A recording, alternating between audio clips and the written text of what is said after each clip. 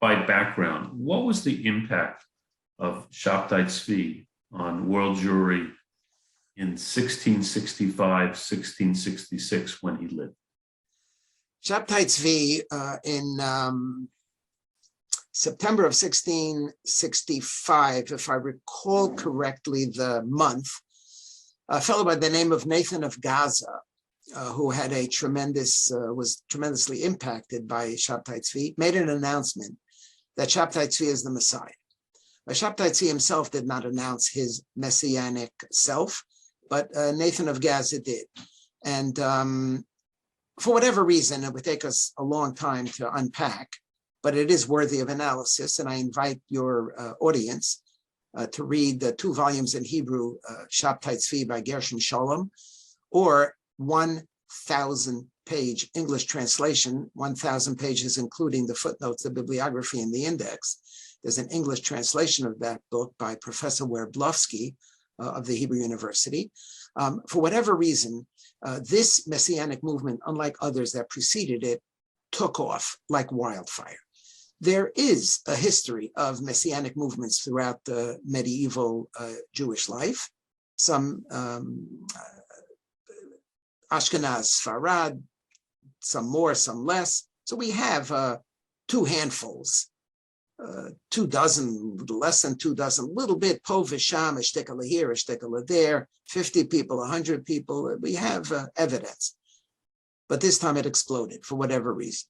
So some used to suggest that it followed the Chelmicki massacres of 1648, 1649. The Jewish world needs a pickup. The Jewish world is now devastated. Probably more likely, Gershom Sholem suggests it has to do with the spread of Lurianic Kabbalah that had a whole mystical understanding of the origins of the world and how one is mitakein the world and how one brings a redemption and a fulfillment to the world that was very influential. For whatever reason, this time it exploded. And very shortly thereafter, pretty much I'm going to go out on a limb and say 97% of world Jewry, from London to Livorno, from Poland to Persia, signed on to the Sabbatean movement. And mamish believed. Not an imam in Bemuna Shalema, B'vias HaMashiach Chafal Pishiyas Mameya, someday he's going to show up. But Atadua, here he is, and this is him. We have evidence from Hamburg, for example, of Jews, wealthy Jews, unloading their assets on the stock market, on the stock exchange. This is in German newspapers that we have.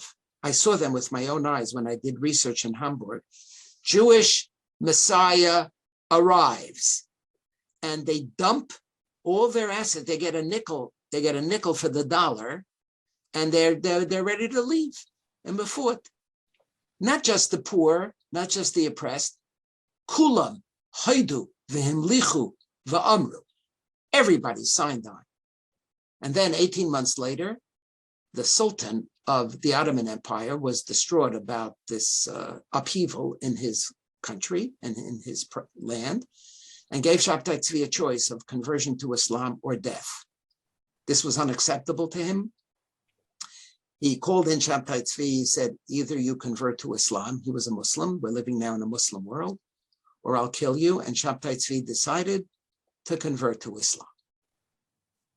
And Shabtai Tzvi converts to Islam 18 months later. Most of the Jews went into a tailspin of depression.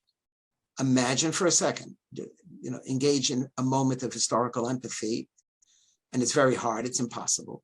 Imagine if you mamish believed Mashiach was here, you were all ready to go, and fife on the Goyim, forget about the Goyim, chazay, tief, tire, and drer, I don't care about them. Mashiach is here. Mashiach, this is it. This is it. What's happening? To do what? It's right here. Mamish Mashiach is here. And then all of a sudden, whoops, the Mashiach becomes a Muslim. It's devastating. Devastating. And Nebuch, these Jews who unloaded a nickel on a dollar, these fancy Gahibin, Chasheva, aristocratic Sephardim from Hamburg have to crawl back in humiliated, embarrassed, devastated. But they realized they made a mistake. Can't be that the Messiah is a Muslim. Can't be. Mashiach is a Muslim. It's not Shaykh. However, there was a small minority of Jews who was so convinced that they were living in a messianic era that they could not possibly conclude that they made a mistake, because we know it.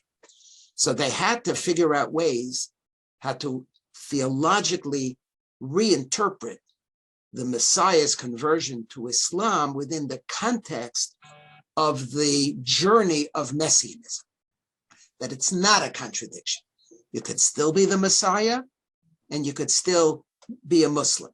Chas v'sholom zol nishmein, God forbid that he really wants to be a Muslim, that he really is a Muslim, but he's faking it. He's faking it in order to go down into the avia voisatuma, to go into the depths, to be able to capture the sparks that were brought there inadvertently as part of the Lurianic vision of the creation of the world.